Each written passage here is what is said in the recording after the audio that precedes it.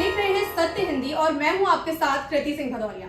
आइए रुक करते हैं इस वक्त की बड़ी खबरों की ओर। अलीगढ़ मुस्लिम यूनिवर्सिटी में होली मिलन समारोह का मामला लगातार तूल पकड़ता जा रहा है। विश्वविद्यालय प्रशासन से होली मिलन समारोह की अनुमति नहीं मिलने के बाद कई हिंदू संगठनों ने नाराजगी जताई है और धर्म के आधार पर भेदभाव का आरोप भी लगाया है। साथ ही इस विवाद ने अब राजनीतिक रंग भी ले लिया है और विभिन्न विचारधाराओं और प्रतिनिधित्व करने वाले राजनीतिक दल आमने सामने आ गए हैं। अलीगढ़ सांसद सतीश गौतम ने इस मामले में भड़काऊ बयान देते हुए कहा कि एएमयू में होली मनाने से कोई रोकेगा और मारपीट करेगा तो उसे ऊपर पहुंचा दिया जाएगा। वहीं करणी सेना ने 10 मार्च को होली खेलने का ऐलान कर दिया है। हालांकि विश्वविद्यालय प्रशासन ने अपनी सफाई में कहा है कि छात्रों के होली खेलने पर कोई भी प्रतिबंध नहीं होगा, लेकिन विशेष आयोजन की अनुमति नहीं दी गई है। रूस यूक्रेन युद्ध विराम की पहल कर रहे अमेरिकी राष्ट्रपति डोनाल्ड ट्रंप ने यू टर्न ले लिया है। अब तक शांति समझौते को लेकर रूस का समर्थन कर रहे ट्रंप ने प्रतिबंध और टैरिफ लगाने का ऐलान कर दिया है। ट्रुथ सोशल पर अमेरिकी राष्ट्रपति ने लिखा कि युद्ध के मैदान में इस समय रूस यूक्रेन पर पूरी तरह से हावी है। उन्होंने कहा कि इसलिए मैं रूस पर बड़े पैमाने पर बैंकिंग प्रतिबंध और टैरिफ लगाने पर गंभीरता से विचार कर रहा हूं। जब तक युद्ध विराम और शांति पर अंतिम समझौता नहीं हो जाता, रूस और यूक्रेन से कहता हूं कि वे अभी बातचीत की मेज पर आ जाएं, इससे पहले कि बहुत देर हो जाए। महाराष्ट्र के मुख्यमंत्री देवेंद्र फडणवीस ने शुक्रवार को कटाक्ष करते हुए सदन में कहा कि मैं उद्धव ठाकरे नहीं हूं जो चल रही परियोजनाओं पर रोक लगा दूं। एकनाथ शिंदे के मुख्यमंत्री रहते हुए लिए गए फैसले अकेले उनके नहीं थे, वे मेरी और अजीत पवार की भी जिम्मेदारी थे। उन्होंने कहा कि भाजपा, शिवसेना और राष्ट्रवादी कांग्रेस पार्टी एनसीपी की महायुति सरकार समन्वय से काम करती है और गठबंधन के सभी नेता निर्णय लेने में शामिल होते हैं। मुख्यमंत्री ने दावा किया कि मीडिया में गुणवत्तापूर्ण समाचारों और विपक्षी दलों की ओर से गुणवत्तापूर्ण आलोचना का अभाव है। उन्होंने परियोजनाओं पर रोक लगाने के आरोपों को खारिज करते हुए कहा, यहां तक कि अगर कोई संभागीय आयुक्त जैसे किसी भी योजना अथवा परियोजना पर रोक लगाता है, यदि वह केंद्र सरकार के दिशा निर्देशों को पूरा नहीं करती है, तो ऐसा कहा जाता है कि मैंने रोक लगा दी है। तमिलनाडु के सीएम एम.के. स्टालिन ने दक्षिण भारत के राज्यों समेत विभिन्न राज्यों के मुख्यमंत्रियों को पत्र लिखा है। स्टालिन ने केरल, आंध्र प्रदेश, तेलंगाना और कर्नाटक समेत कई राज्यों के मुख्यमंत्रियों को पत्र लिखकर राष्ट्रीय शिक्षा नीति और परिसीमन के मुद्दे पर समर्थन मांगा है। स्टालिन ने मुख्यमंत्रियों को 22 मार्च को चेन्नई में होने वाली परिसीमन समिति की बैठक में शामिल होने की अपील की है। तमिलनाडु के मुख्यमंत्री ने पत्र में कहा कि मैं 2 विशिष्ट अनुरोधों के साथ आपको लिख रहा हूं। स्टालिन ने केंद्र सरकार की प्रस्तावित परिसीमन प्रक्रिया पर चिंता व्यक्त की। उन्होंने चेतावनी दी कि ये प्रतिक्रिया तमिलनाडु जैसे राज्यों के प्रभाव को कम कर सकती है। स्टालिन ने केंद्र सरकार की प्रस्तावित परिसीमन प्रक्रिया पर चिंता व्यक्त की। उन्होंने चेतावनी दी कि ये प्रक्रिया तमिलनाडु जैसे राज्यों के प्रभाव को कम कर सकती है, जिन्होंने देश के भविष्य को आकार देने में अपनी जनसंख्या को सफलतापूर्वक नियंत्रित किया हुआ है। कांग्रेस के राज्यसभा सांसद जयराम रमेश ने प्रधानमंत्री नरेंद्र मोदी और केंद्र सरकार पर विदेश नीति को लेकर निशाना साधा। समाचार एजेंसी एएनआई के मुताबिक उन्होंने कहा कि भारत और अमेरिका के रिश्तों में जो समस्याएं हैं वो बहुत अहम हैं। हमने ये मुद्दा पिछले सत्र में उठाया था।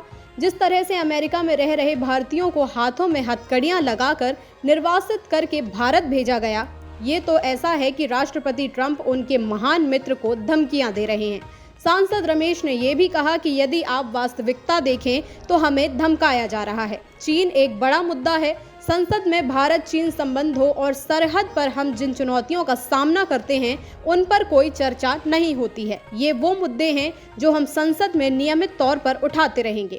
सरकार एक गंभीर चर्चा नहीं चाहती है, कोई सर्वदलीय बैठक नहीं हुई है। हम चीन के मुद्दे पर सर्वदलीय बैठक की मांग करते हैं। अब तक 1 या 2 सर्वदलीय बैठक हुई हैं। उन्होंने कहा कि बांग्लादेश के मुद्दे पर सर्वदलीय बैठक हुई थी जो प्रधानमंत्री ने नहीं ली थी। उसमें गृह मंत्री और विदेश मंत्री मौजूद थे, मगर हम जानते हैं कि गृह मंत्री और विदेश मंत्री कठपुतली मात्र हैं। हरियाणा के अंबाला में शुक्रवार को एक बड़े हादसे में भारतीय वायुसेना का एक जैगुआर लड़ाकू विमान दुर्घटनाग्रस्त हो गया। ये हादसा पहाड़ी क्षेत्र मोरनी के बालदवाला गांव के नजदीक हुआ। विमान के गिरने से आसपास के गांव के इलाकों में डर का माहौल बन गया। हालांकि पायलट ने सूझबूझ दिखाई और उसे आबादी क्षेत्र से दूर ले गया। इसके बाद पायलट विमान से बाहर निकलने और पैराशूट की सहायता से सुरक्षित जमीन पर उतरने में भी कामयाब रहा। इस घटना की सूचना मिलने के बाद स्थानीय पुलिस मौके पर पहुंची। जानकारी के मुताबिक भारतीय वायुसेना का जैगुआर लड़ाकू विमान अंबाला में दुर्घटनाग्रस्त हो गया। कर्नाटक सरकार ने शुक्रवार को साल 2025 के लिए बजट पेश किया, जिसे लेकर राजनीतिक तकरार हो गई। कर्नाटक भाजपा ने बजट में अल्पसंख्यक कल्याण के लिए भारी आवंटन पर नाराजगी जताते हुए इसे हलाला बजट करार कर दिया। कर्नाटक सरकार ने बजट में 4% सरकारी कामों के ठेके मुसलमान ठेकेदारों के लिए आरक्षित करने का भी ऐलान किया है, जिस पर भाजपा ने कड़ी नाराजगी जाहिर की है। कर्नाटक सरकार के बजट में 1000 करोड़ रुपए अल्पसंख्यक कल्याण के लिए आवंटित किए गए हैं। साथ ही 150 करोड़ रुपए वक्फ संपत्ति के लिए और सुरक्षा के लिए आवंटित किए गए हैं। 100 करोड़ रुपए उर्दू स्कूलों के लिए और साथ ही इमामों को 6000 रुपए महीना देने का भी ऐलान किया गया है।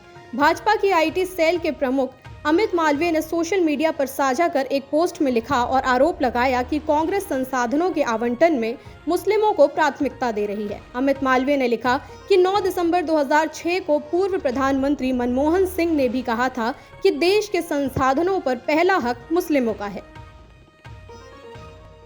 लंदन में विदेश मंत्री एस जयशंकर की सुरक्षा में खालिस्तान समर्थकों के सेंध लगाने को लेकर भारत ने ब्रिटेन को बेहद सख्त लहजे में जवाब दिया है। शुक्रवार को विदेश मंत्रालय ने प्रेस कॉन्फ्रेंस कर कहा कि विदेश मंत्री की सुरक्षा में सेंध को लेकर ब्रिटेन की सरकार से गहरी चिंता जताई गई है। विदेश मंत्रालय ने कहा कि इस घटना से ऐसा लगता है कि जैसे ब्रिटेन में अलगाववादी ताकतों को इस तरह का लाइसेंस दे दिया गया हो। विदेश मंत्रालय के प्रवक्ता रणधीर जायसवाल ने कहा कि ये बिल्कुल साफ है कि इस घटना के पीछे अलगाववादी और उग्रवादी लोगों का साथ है। उन्होंने कहा कि इस घटना के पीछे के संदर्भ को समझना बेहद जरूरी है।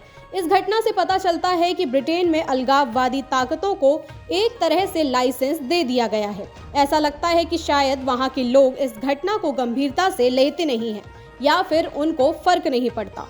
शायद इसी वजह से इसको अनदेखा किया जाता है। यही कारण है कि ये लोग धमकाने के लिए डराने की कोशिश करते हैं। अमेरिका के टैरिफ वॉर के बीच चीन के विदेश मंत्री वांग यी का एक बड़ा बयान सामने आया है। चीन के विदेश मंत्री वांग यी ने कहा कि ऐसे माहौल में नई दिल्ली और बीजिंग को साथ आने की जरूरत है। उन्होंने आगे कहा कि ये वो मौका है जब दोनों देशों को साझा सफलता हासिल करने के लिए मिलकर काम करने पर ध्यान देने की जरूरत है। उन्होंने आगे ये भी कहा कि यदि दोनों राष्ट्र, जो एशिया की 2 सबसे बड़ी अर्थव्यवस्थाएं हैं, आपस में मिल जाएं तो अंतर्राष्ट्रीय संबंधों का लोकतंत्रीकरण और ग्लोबल साउथ का विकास और सुदृढ़ीकरण एक उज्जवल भविष्य होगा। आपको बता दें कि चीन के विदेश मंत्री के इस बयान पर भारत ने अभी तक अपनी तरफ से कोई भी प्रतिक्रिया नहीं। अमेरिकी राष्ट्रपति डोनाल्ड ट्रंप ने कहा कि वो ईरान के साथ एक परमाणु समझौते पर बातचीत करना चाहते हैं और इसके लिए उन्होंने गुरुवार को इसके नेतृत्व को एक पत्र भेजा, जिसमें उन्होंने उम्मीद जताई कि वे बातचीत के लिए सहमत होंगे।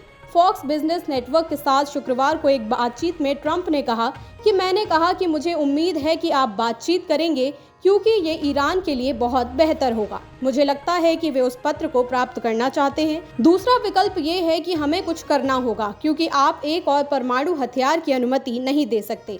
ये पत्र ईरान के सर्वोच्च नेता आयतोल्लाह अली खामेनी को संबोधित माना जा रहा है। व्हाइट हाउस ने इस बारे में तुरंत कोई जवाब नहीं दिया।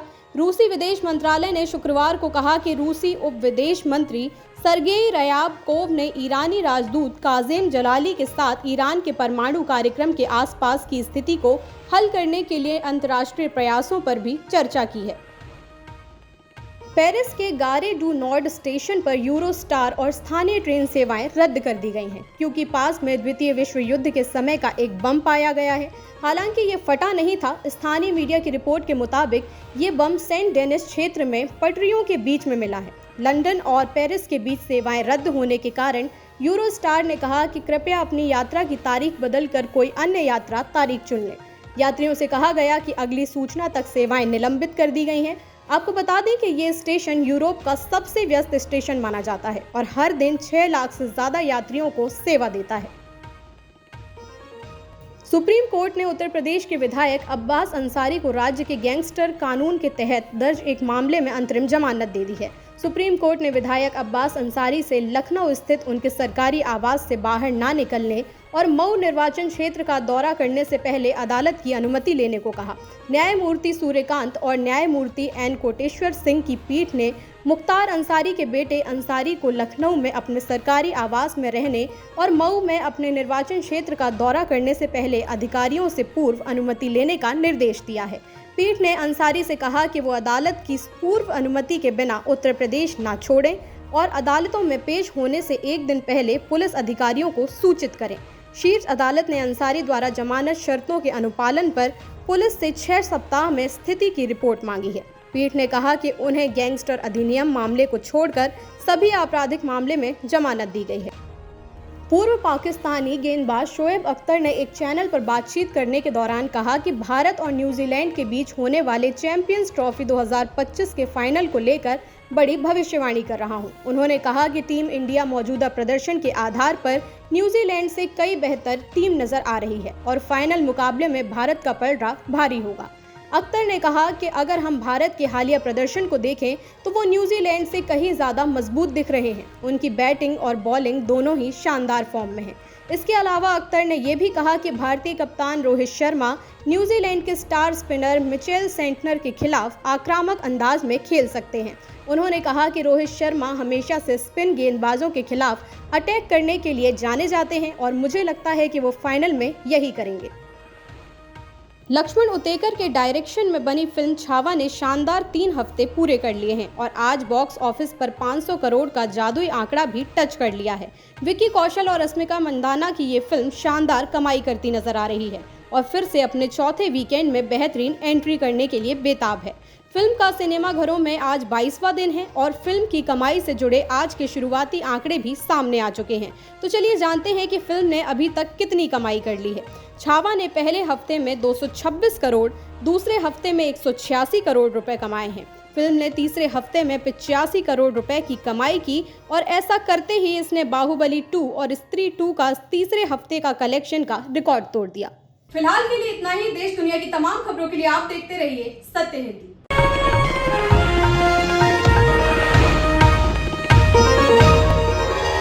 Copyright disclaimer under Section 107 of the Copyright Act 1976. Allowance is made for fair use for purposes such as criticism, comment, news reporting, scholarship, and research. Fair use is a use permitted by copyright statute that might otherwise be infringing.